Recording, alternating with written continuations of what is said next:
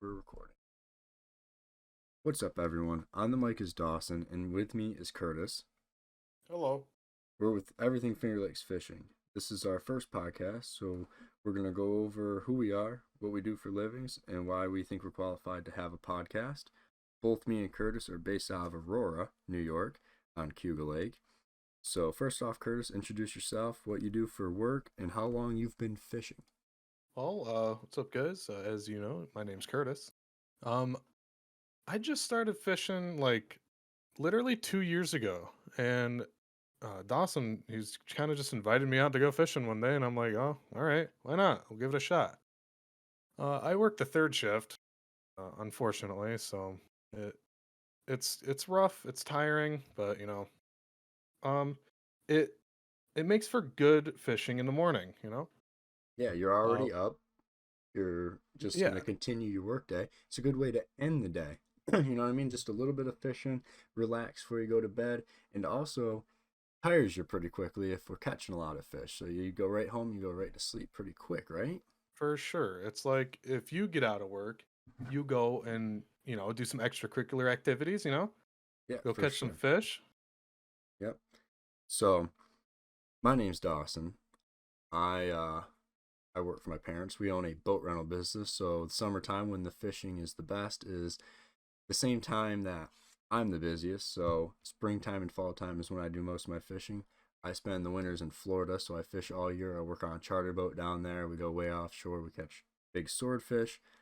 Um, but I've been doing some fishing back here in New York for 3 years now.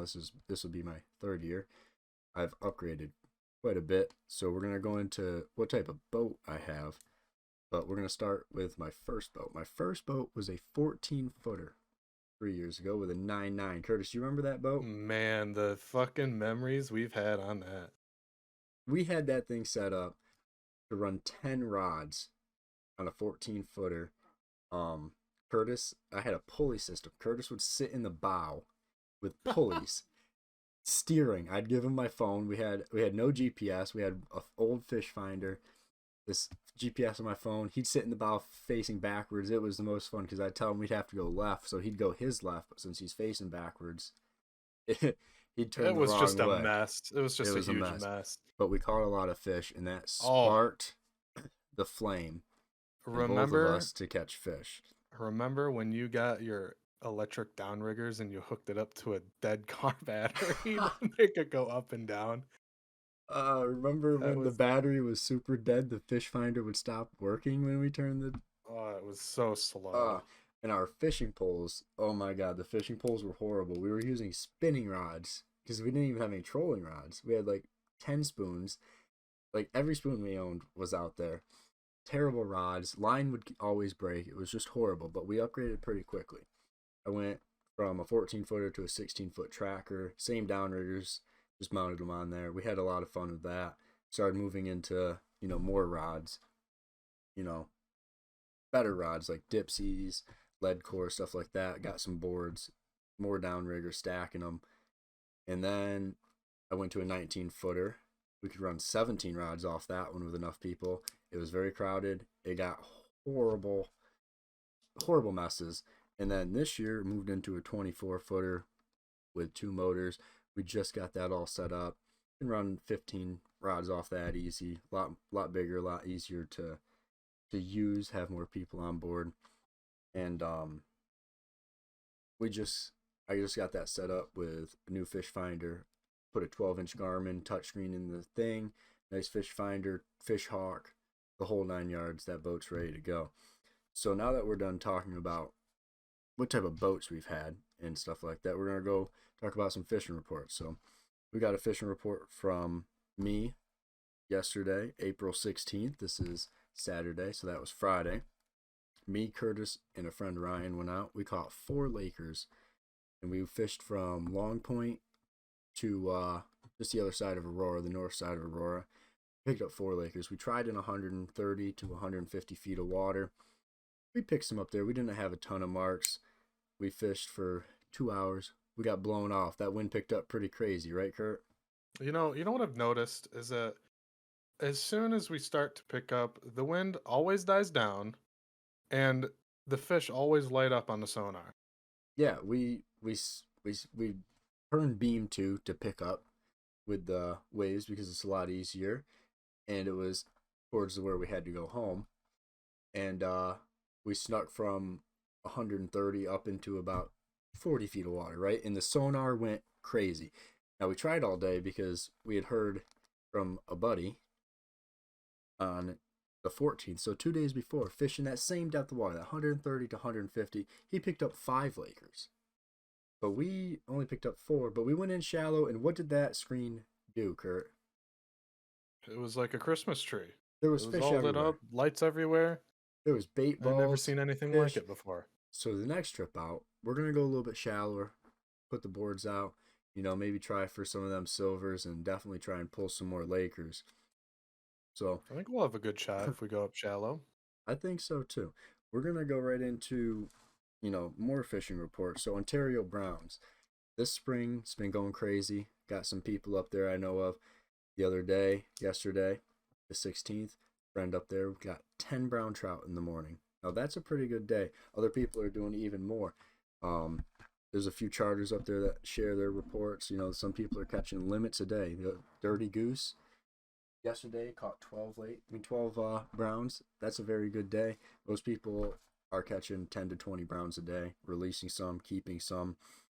On Owasco Lake, the next one to the east of Huga, they're catching brown trout in that south end too. There's good silvers in that south end, right where that inlet is. Huga Lake Perch is going off right now up in the north end, just below Frontenac Harbor to the south.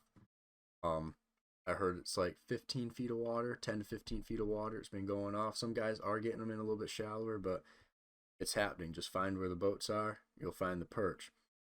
On Huga Lake also, down in the south end, the silvers have been getting caught. Some browns, some landlocks. The rainbows are up in the stream, so hopefully they'll be coming out of the stream soon, and we'll be catching them pretty soon. Curtis, do we have any upcoming fishing trips? I think you mentioned something about we were gonna go up to Ontario to try it out.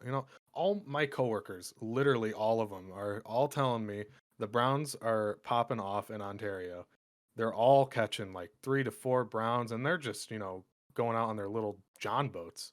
Yeah. It's just I can't believe how many people are saying there's so many Browns up there. We gotta go. We gotta go. Yeah, and we're gonna get up there. We're gonna get up there the 18th. We're gonna probably fish out of Oswego because that's where my buddies have all been reporting out of, and they've been doing very good. Um, but depending on weather, if the weather picks up right now, it's supposed to be very calm, and we're gonna have a south wind for the next 2 days, so that won't be great. It might blow the fish offshore, but we're gonna just follow the charter boats around, and hopefully we can get on some fish. So, any other things, Curtis? Um, I don't think so. You don't think so? Well, I don't You think know, so either. we did have a good time. It Mhm. was cold though. I tell you what. Yesterday, was it yesterday? I forget. I can't even remember Yesterday was anymore. cold. Yesterday was These cold and nights are windy. catching up with me. It was certainly windy. The wind was awful. Ryan had shorts on. Yeah, the kid. I'm out there double pantsed up, double sweatshirt, and this kid's wearing shorts in a sweatshirt. I'm like, Ryan, what are you doing? And I no give him socks. He yeah didn't have no socks on. no socks, and it was crazy. I mean, the kid. I think the kid just was lying to us because he was freezing. I gave him a jacket. He definitely took it. He didn't. He didn't even say No, no. he didn't Just hesitate. no. He yanked that jacket from me. He basically stole it from you. He basically stole it. So, oh well, I know what else we can discuss. On Cuba, on our trip yesterday, some hot spoons. Yesterday we had Goby, a Goby stinger. I can't Out remember of the all exact. things. I can't remember the exact color, but it was a Goby. It's like I believe it was a darker gray and silver Well, the kind of name of mix. the name of the spoon is Goby, but there's a few different variations of Goby that Stinger sells, and I just can't remember. It was a darker one. We also had what was the other one that we had go off? Hammered steel. Hammered steel on a Dipsy. That Dipsy was out 140 feet, I think, and that caught a Laker. Yeah, they seem to like the darker colors today. Except they didn't really care for the purple, did they? No, they caught black. We caught it on black and purple too. We caught Oh, one that's fish right. on We black did and catch purple, one. 2 fish on goby, 1 fish on hammer seal, 1 fish on black and purple. So I think that will wrap up this podcast. Come back next week to hear about our fishing trip on Ontario on the 18th, and also any other fishing trips where the weather is nice enough for us to get out there. I fish almost every day in the spring when the weather cooperates. Well, sometimes. Sometimes. All right. Except yesterday because it was cold. Yep. So come back next week to listen in.